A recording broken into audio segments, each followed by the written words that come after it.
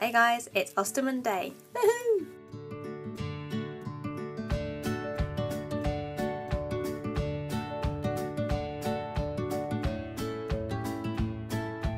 This episode is an ostomy tag with 10 questions. So basically I'm going to answer 10 questions about my ostomy, and then you are tagged and you have to answer 10 questions as well. Obviously if you want to, you don't have to.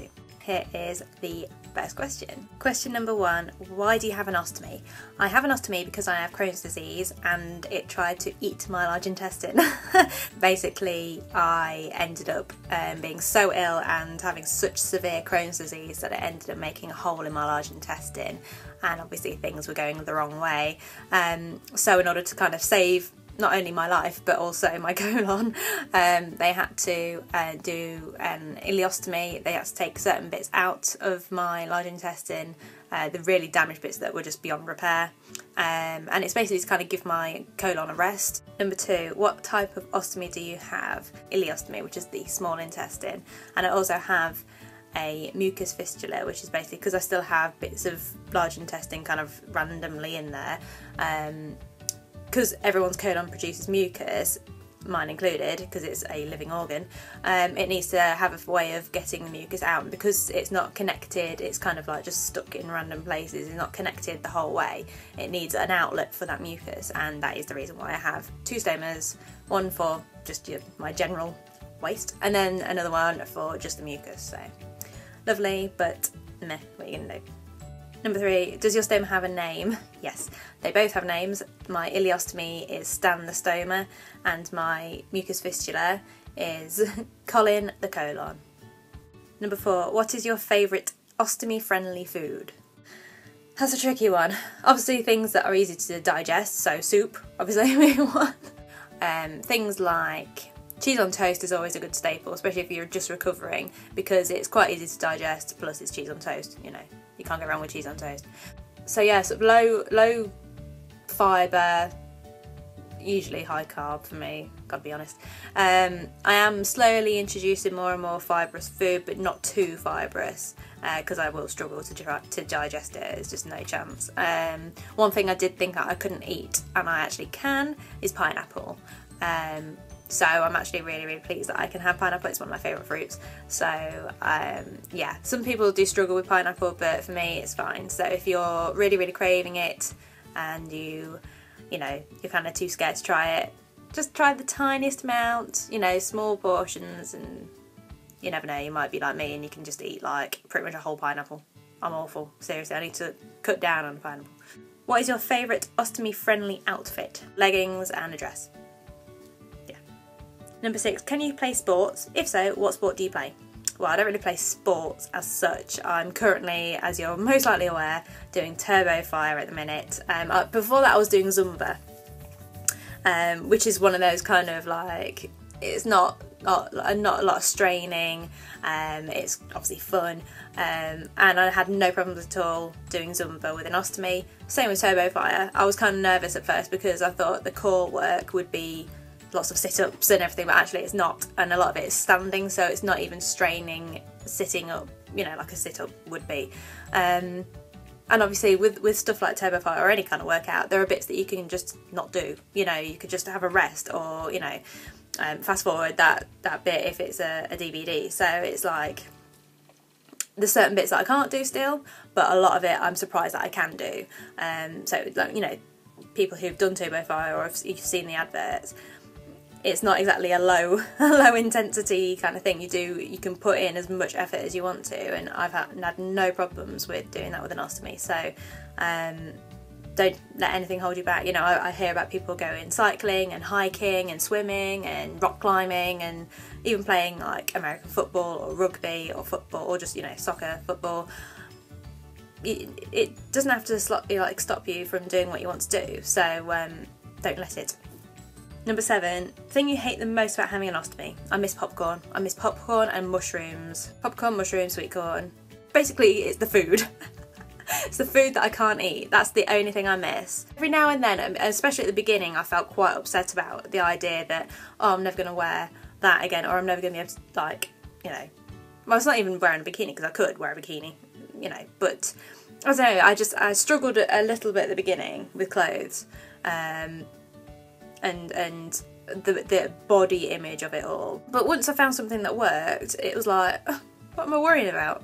So even though things can be quite daunting at first, and especially with things like the food, where it's like, well, what am I going to eat? And actually there is quite a lot, you know, especially when I was starting to go on my health kick, I was kind of like, well, what can I eat that's healthy? Because a lot of like the health foods are seeds and nuts and really fibrous foods, but actually there are things that you can eat, so it's not all bad.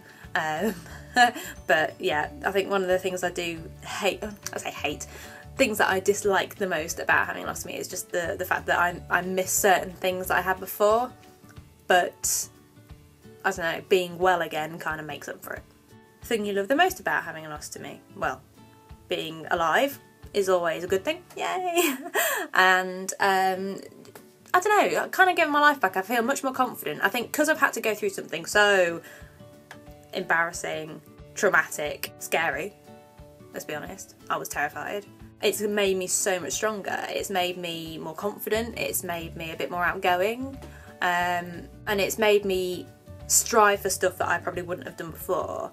You know, I kind of feel like, well, I went through that, so I can do that sort of thing. I kind of feel like I've got this newfound spirit, I guess, and I try not let the bad things get to me, because it's like, take a step back, look at the bigger picture, and you know, I kind of think, well, I don't know, it kind of puts things into perspective for you, which is sometimes a good thing. So it's kind of changed, not only obviously now like I say, I survived, but it's kind of changed my mindset about stuff. Number 9, how long have you had your ostomy? It will be 3 years in March, which, oh my god, funny story. My fiance, his birthday is on the 28th of March, as is my Stomaversary.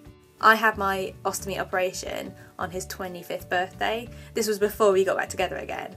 How strange is that? How freaky is that? I just think that's so cool. That's probably just me, but I just think that's so cool. So when it's his birthday, it's like, oh, happy birthday, Stan, Colin. Oh. And he does as well, it's not just me. And number 10, if you could give a new ostomate one piece of advice, what would it be? I would say, now I've had a couple of people email me, which obviously feel free to do, by the way, if you have any questions or anything, then obviously email me, I'll put my email address below. But yeah, I've had a lot of people email me basically saying I'm really scared, and I sort of, it's so new to me, and I can't get my head around the whole sort of idea of it all. And I always say, research it, because that's what helped me. I went on YouTube, I went on there's actually a really good forum, a discussion forum, it's the United Ostomy Associations of America or something like that, and they are really, really good. They're so supportive if you're a newbie, or if you've had one for like years and years but you just need some ideas or tips, or just generally some support. It's brilliant, because when I first went on that, obviously I didn't know anything, and still now I'm still learning stuff, and I'll be honest, I've not been on that forum for ages, but it was the best thing I ever did, was to basically research it, and not just research it from a nurse's point of view or your doctor's point of view, even though that's important, don't get me wrong, but what I'm saying is it's good to get the point of view from a fellow ostomate, because they've been through it, they know all the tips and tricks from the whole process, from like right at the beginning all the way through. It's really, really helpful. So like I say, YouTube videos, I first looked at UC Vlog featuring Dennis. He did fantastic vlogs about basically living with an ostomy, so showering, changing your appliance, driving, clothes, anything you can think of, he's done a vlog on it. So I would really, really, really, really recommend watching that as well. So yeah, basically, long story short, sorry I rambled there, get researching. You know, it might be scary, but you'll have so much support from not only your friends and family, but the, you know, healthcare professionals, and surprisingly an online community such as YouTube or that forum that I mentioned. So yes, the internet is your friend, I promise. So they are my questions. Feel free to answer them, feel free to add to them, feel free to ask me any more questions. I'm happy to answer them. Like I say, you can email me, you can tweet me, you can follow me on Instagram, and I just hope you have a very nice Ostomonday. Bye! No, I can never remember the name, but United Ostomy Associations, no, UOAA, Ostomy, no, United, yeah.